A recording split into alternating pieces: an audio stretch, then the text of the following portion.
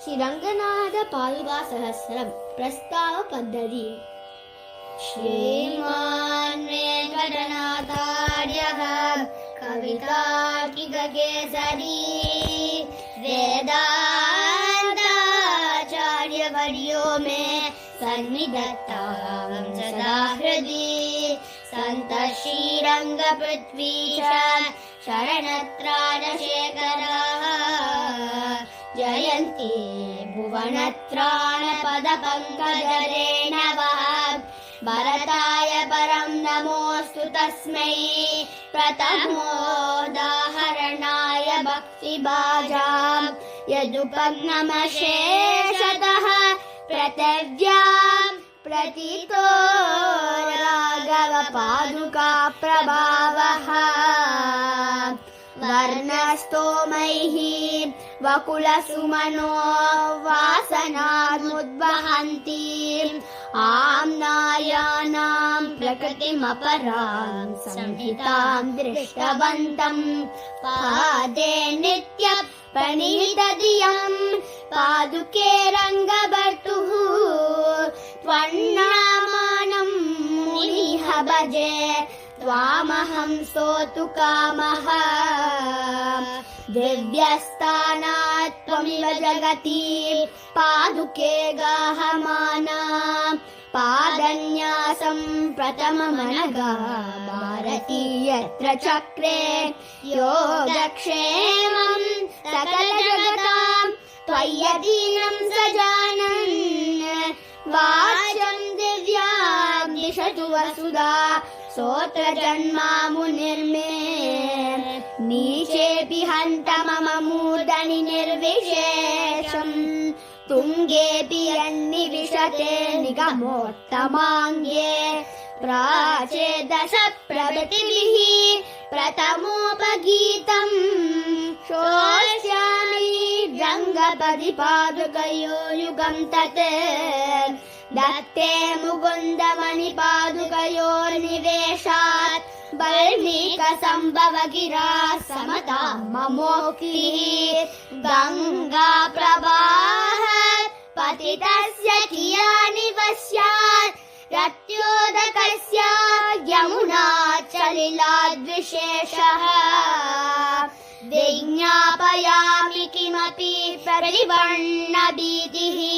ಪ್ರಾಗೇವ ರಂಗಪತಿ ವಿಭ್ರಮ ಪಾದುಕೆ ತ್ವಾಂ ಜಂತುಂ ಕ್ಷಮಾತ್ ಸದಸದಿ ವಿಗತಾಭ್ಯಸೂಯಾಃ ಸಂದಸ್ಪೃಶಂತು ಸದಯೇ ಹೃದಯೇ ಸ್ತುತಂತೆ ಅಶ್ರದ್ಧದಾನಮಪಿ ನನ್ಮಧುನಾ ಸ್ವಕೀಯೇ ಶ್ರೋತ್ರೇ ನಿಯೋಜಯಸಿ ಮಾಂ ಮಣಿಪಾದುಕೆ ತ್ವಂ ದೇವ ಪ್ರಮಾಣಮಿಹ ರಂಗಪದಿಸ್ತದಾ ತ್ವೇ ತಸ್ಯೈವ ದೇವಿ ಪದಪಂಕಜಯೋ ಯದಾ ತ್ವಂ ಯದಾಧಾರಂ ವಿಶ್ವಂ ಗತಿರಪಿ ಚ ಯಸ್ತಸ್ಯ ಪರಮಾ ತಮಪ್ಯೇಕಾದತ್ಸೇ ದಿಶಸಿ ಜಗತಿಂ ತಸ್ಯ ರುಚಿರಾ ಕಥಂ ಸಾ ಕಂಸಾರೇಃ ದುಹಿನಹರ ದುರ್ಬೋಧ ಮಹಿಮಾ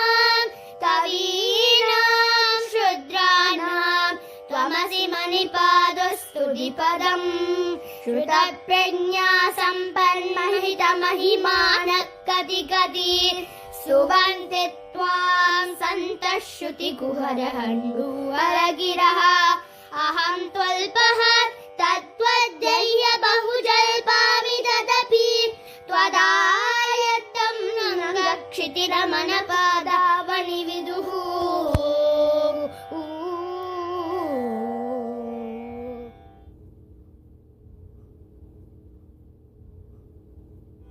ಯದೇಶ ಸೌಮ್ಯ ತ್ವಾಂ ತ್ರಿಯುಗಚರಣತ್ರಾಯಿಣೀ ತತೋ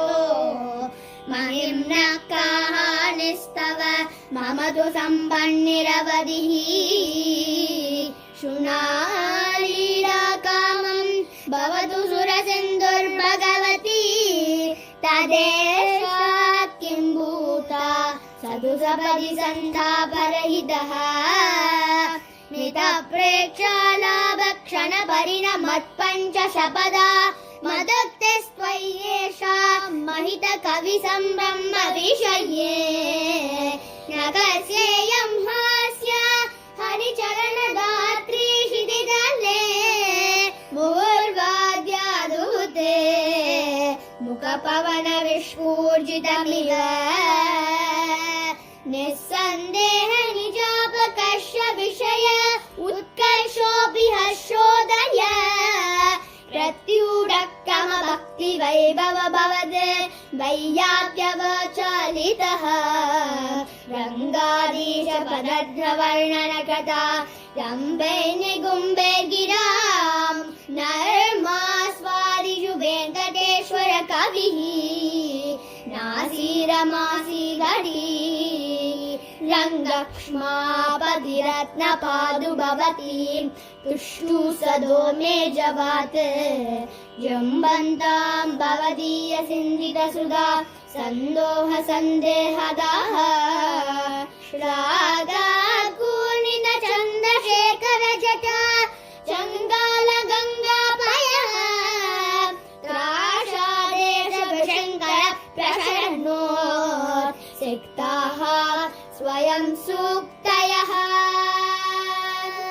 हिमवर्णलसेतु मध्यभाजां भरताभ्यर्चितपादुकावतंसः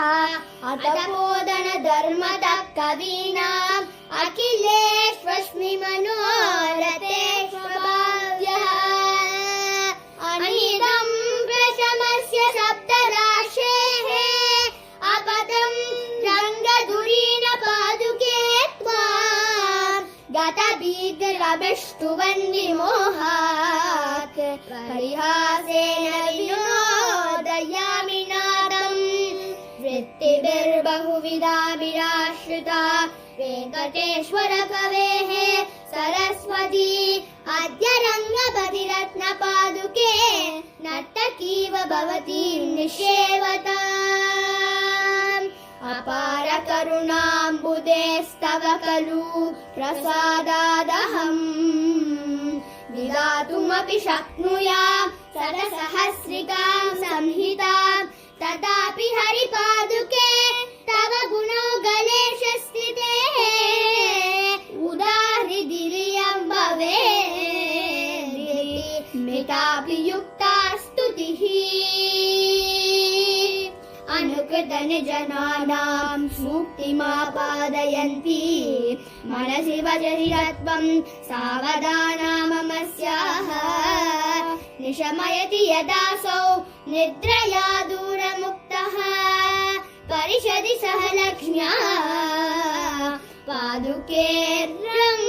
रङ्गनाथः त्वयि विहिता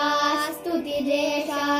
पदरक्षिणी भवति रङ्गनाथपदे त्वदुपरि कृता सपर्या नमतामिव नाकिनां श्रियशी इति श्री पादुका सहस्रे प्रस्तावपद्धतिः